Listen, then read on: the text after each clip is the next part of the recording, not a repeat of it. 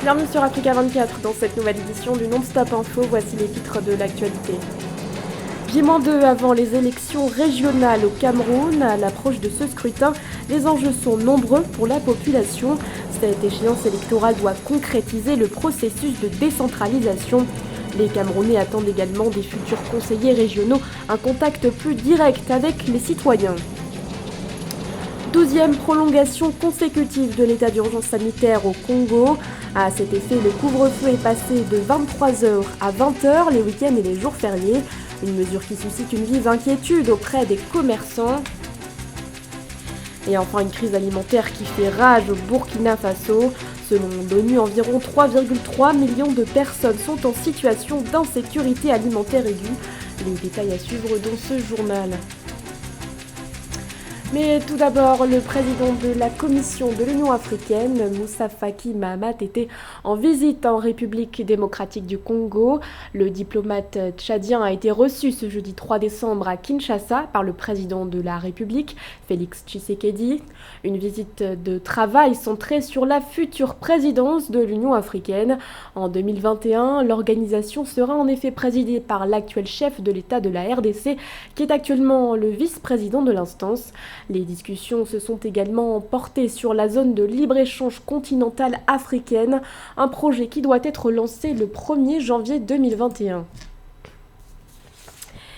À l'approche des élections régionales au Cameroun, les attentes sont nombreuses pour les citoyens.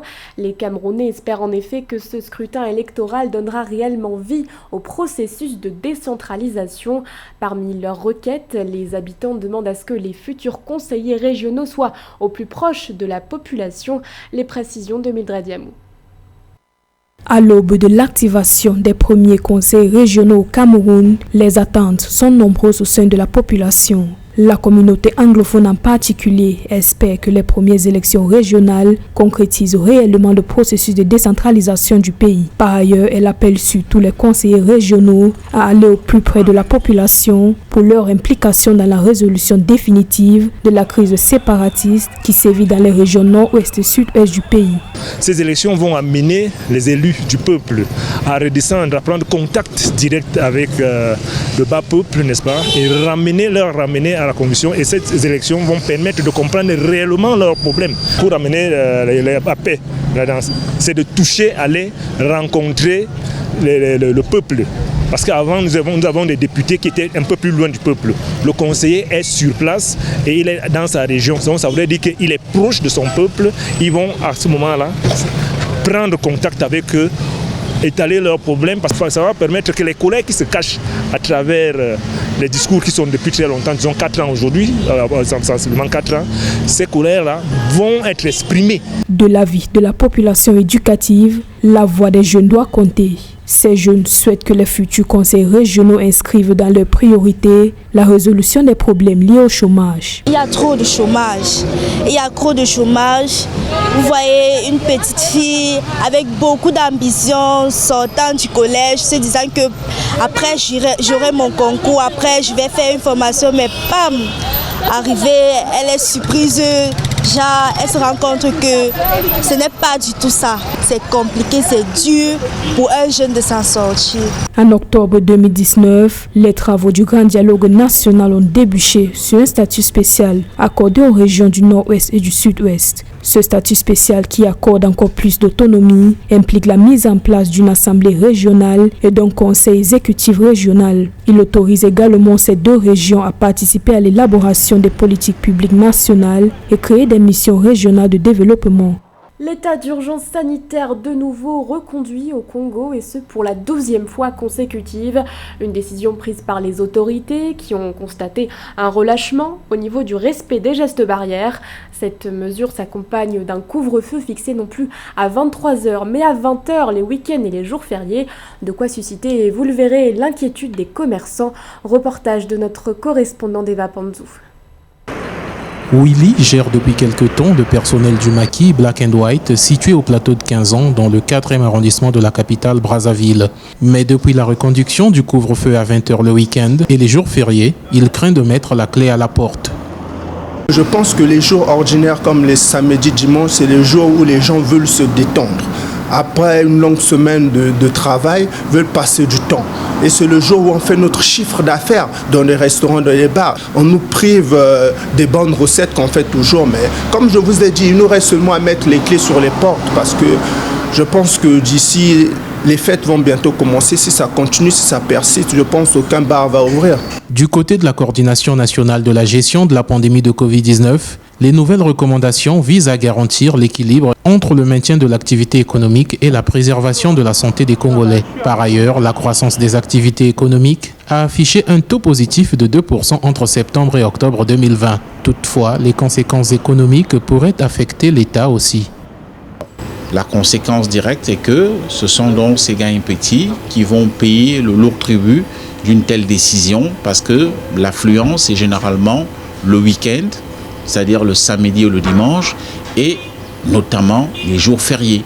Alors ce qui fait quand même une grande perte directe pour ces gains petits, mais aussi indirecte pour l'État à travers, n'est-ce pas, ces démembrements qui récoltent, n'est-ce pas, des menues recettes. Les services de la riposte sanitaire craignent surtout qu'une augmentation des cas graves n'aboutisse à une deuxième vague de contamination face au non-respect des gestes barrières par la population. Mais les petits entrepreneurs comptent aussi sur les décideurs afin de garantir la survie de leurs entreprises et sécuriser des centaines d'emplois des jeunes. La colère monte entre les producteurs de cacao et les multinationales de chocolat. Dans un communiqué conjoint paru ce lundi 30 novembre, le Conseil Café Cacao et le Ghana Cocoa Board blâment les entreprises américaines Mars et Hershey d'acheter du cacao sans payer le différentiel de revenus décent. Entrée en vigueur depuis le 1er octobre 2020, cette prime de $400 a été mise en place pour améliorer les revenus des planteurs. Les précisions d'Aïssatou Bari. La Côte d'Ivoire et le Ghana annulent tous les programmes de durabilité du cacao. Ils reprochent à ces grandes compagnies chocolatières d'acheter du cacao ou du beurre de cacao sans payer le différentiel de revenus décent. La prime de $400 devrait être appliquée au compte de la campagne 2020-2021 qui a débuté depuis le 1er octobre 2020. L'achat par Hershey d'importantes quantités de cacao sur le marché boursier américain indique clairement son intention d'éviter de payer le différentiel de revenus décent.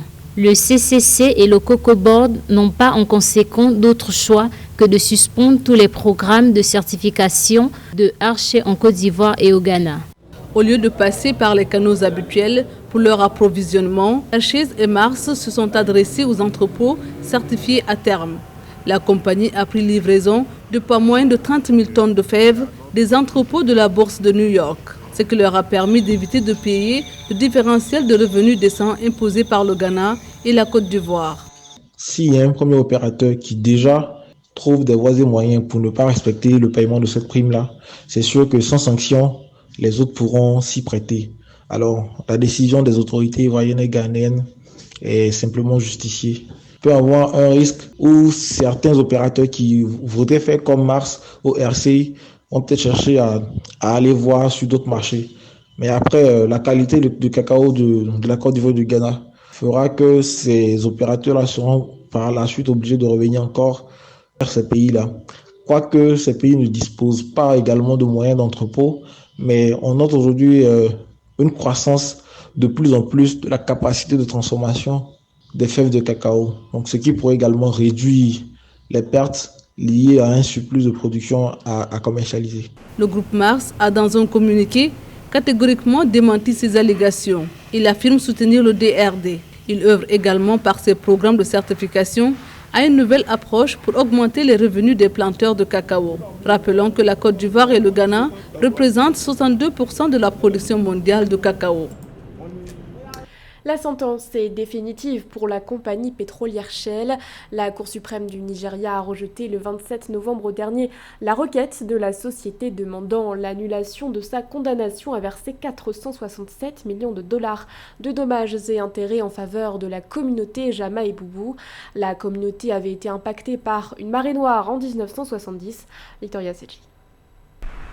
Au Nigeria, la Cour de justice a confirmé vendredi dernier la condamnation de la filiale locale de la compagnie pétrolière anglo-néerlandaise Shell à verser $467 millions de dommages à la communauté Jama et Boubou à Ogoni. Shell est accusé d'avoir causé une marée noire dans l'état de Rivers en 1970.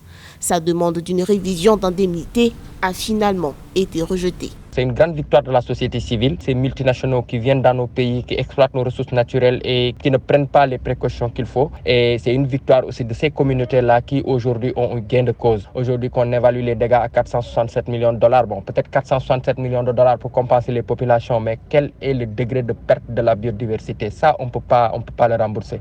Entre 1970 et 2000, plus de 7000 marées noires ont été officiellement recensées au Nigeria, ainsi que 2000 grands sites de pollution, s'insurgent les organisations de défense de l'environnement. 98% des cas impliquant Shell sont dus à des actes de vandalisme, de vol ou de sabotage, se défend la compagnie. L'infirme partie n'étant causée que par une détérioration de ses infrastructures, assure-t-elle, Shell n'en assume pas la responsabilité. Elle soutient avoir assaini les sites affectés dans le cadre de cette affaire. Il est regrettable que la procédure judiciaire dans cette affaire ait été axée pendant si longtemps sur des questions de procédure et non sur le fond de l'affaire. Toute tentative pour faire valoir le paiement ne devrait pas être autorisée en raison des autres procédures similaires en cours. Nous avons toujours maintenu que nous sommes prêts à défendre cette affaire sur la base des faits disponibles. À ce jour, plus d'1 millier de procès ont pourtant été intentés contre la filiale de la société mère, la Royal Dutch Shell plc, elle-même impliquée dans la controverse mondiale sur le réchauffement planétaire. En juin 2020, des organisations non gouvernementales ont rapporté qu'elle n'a nettoyé que 11% des sites contaminés dans le delta du Niger, une région immensément riche en pétrole. 3,3 millions, c'est le nombre approximatif de personnes touchées par l'insécurité alimentaire aiguë au Burkina Faso selon l'ONU. Dans un communiqué conjoint publié en août dernier, le Programme alimentaire mondial et l'Organisation des Nations Unies pour l'alimentation et l'agriculture avaient d'ailleurs signalé une augmentation de l'insécurité alimentaire aiguë de 50% depuis le mois de mars 2020, un sujet réalisé par Gladys Mwamba. De la triple crise sécuritaire, sanitaire et alimentaire qui affecte le Burkina Faso, les enfants payent le plus lourd tribut. Plus d'1 demi-million d'enfants burkinabés de moins de 5 ans souffrent de malnutrition aiguë, selon l'ONU, à cause de l'insurrection djihadiste qui a engendré plus d'1 million de déplacés. Dans le centre de santé de l'UNICEF de Kaya, situé au centre-nord du pays, la population a doublé en 1 an et demi. L'établissement, qui comptait une trentaine de patients enfants avant la crise, en compte désormais 500. On a des femmes même qui sont mentalement touchées. Donc une femme mentalement touchée, comment il pourrait aider son enfant à sortir d'une malnutrition? La fois passée, j'ai tiré trop sur une dame. Je lui ai dit que pourquoi ton enfant est toujours là? Elle me dit que c'est mon beau-père qui consomme la ration de l'enfant. Si le seuil alarmant de plus de 7 millions de personnes souffrant de la faim a été atteint dans la vaste région du Sahel, c'est au Burkina Faso que la situation s'est détériorée le plus rapidement. L'insurrection djihadiste a causé la fermeture de plusieurs établissements de santé et établissements scolaires, privant ainsi des milliers d'enfants d'éducation. Les salles de classe encore ouvertes sont surchargées et des exercices de sécurité y sont régulièrement enseignés pour prévenir toute éventuelle attaque. Et lorsqu'ils donnent 3 coups de sifflet, les enfants savent qu'il y a danger. Et quand il y a danger, il faut faire le plaquage. Les enfants sont obligés de rentrer sous les tables-bancs et de protéger leur tête. On ne crie pas, on ne parle pas et on ne pleure pas. On n'essaie pas aussi de fuir. Le déplacement des populations en raison de l'insécurité est l'un des facteurs aggravants de la malnutrition aiguë, une situation sans précédent dans cette région, également touchée par le changement climatique, la pauvreté et la pandémie de Covid-19. Dans l'actualité également en Côte d'Ivoire, le verdict est tombé pour les chanteurs Yodé et Siro. Le duo a été condamné ce jeudi 3 décembre à 12 mois de prison avec sursis, suivi d'une amende de 5 millions de francs CFA chacun. Rappelons que les deux artistes avaient été placés en garde à vue ce mercredi 2 décembre. Selon leur avocat Jean-Serge Gbougnon, ils ont été entendus, je cite, pendant 6 heures pour outrage à magistrat, trouble à l'ordre public public et diffamation. Une garde à vue intervenue à la suite d'un concert organisé dimanche dernier à Yopougon et au cours duquel le duo avait ouvertement critiqué le procureur d'Abidjan, Richard Adou. Ce journal a été réalisé par l'ensemble de la rédaction. Merci de votre fidélité. L'actualité continue sur Africa 24.